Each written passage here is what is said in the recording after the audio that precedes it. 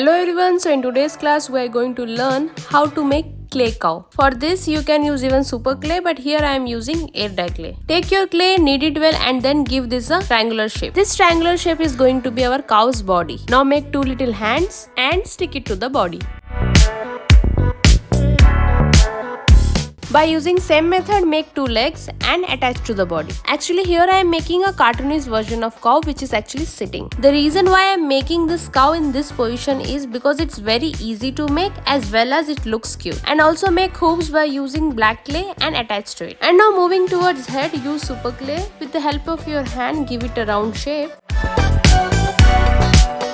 Then add mouth with skin color clay.